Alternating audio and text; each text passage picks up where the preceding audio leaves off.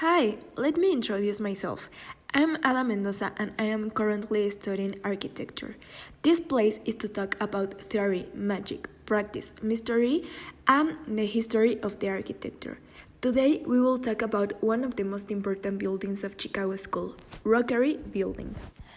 I would like to start by telling you a little bit about the movement so that you understand the context more.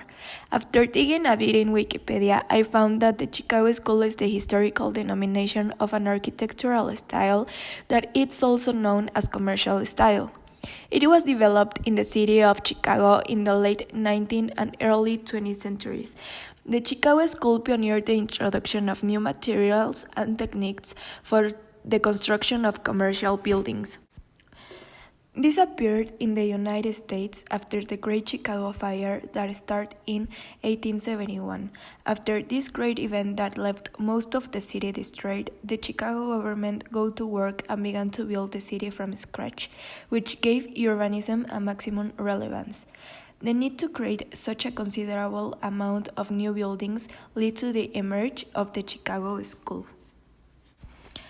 Some of the distinguished features of the Chicago School are the use of steel frame buildings with masonry cladding, allowing large plate glass windows areas and limiting the amount of exterior ornamentation.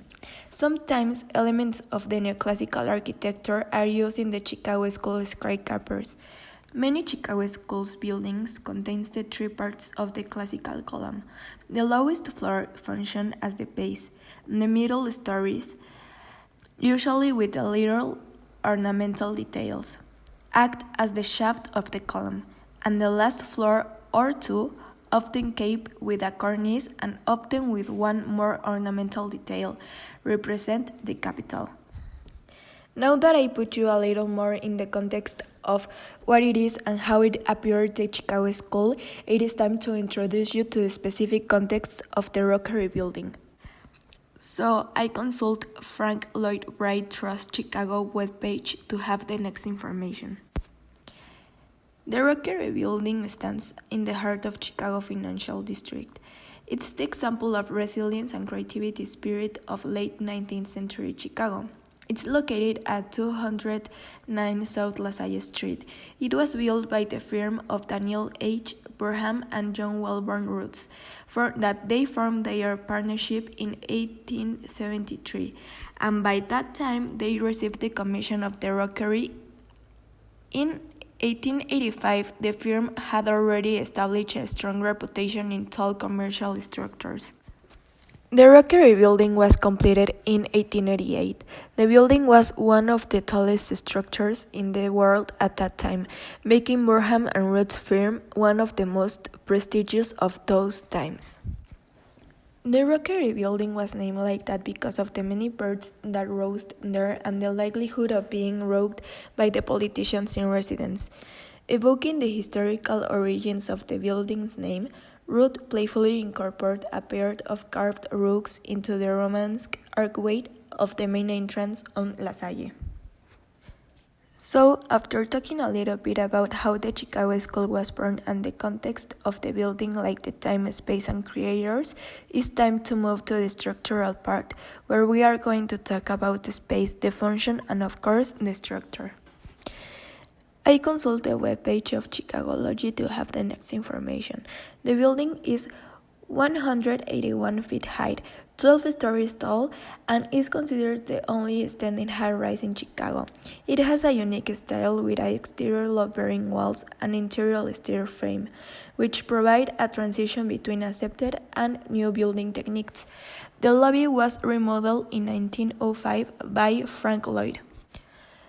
The site is surrounded by streets or alleys on all four sides, offering generous daylight for offices located around its perimeter in order to gain access to natural ventilation and daylight for this office. The glass skylight, typically located at the top of the single-loaded corridor building, had to be relocated to the lowest office floor. In the case of the Rookery, this resulted in reducing the height of the atrium space in the center of the building's footprint, making the building a centralized form. It passed from 11 stories to only 2 stories. Ruth took advantage of this lower position of the glass skylight to offer visitors the opportunity to actually walk up a staircase that actually penetrated the glass and opened into the exterior light. Penetrating the dark brown brick exterior through the stone triumphal arch, one entered a 2-story vestibule of white stones and onyx with gold-lifted trim. Stairs on both sides joined overhead in a balcony that beckoned a visitor up to the mezzanine. As we previously understood, the building was one of the tallest structures of the world, so obviously we are talking about a gigantic building. Comparing it to the human scale, we humans will be ants. On the facade, we can appreciate the symmetry divided into the 3 perfect parts. The 2 on the sides are exactly the same, and the only one that changes is the one in the middle. The building is a hollow, 11-story brown brick box. Ruth employed brick-bearing piers and iron lintels in the order to increase the size of the ground floor's display windows.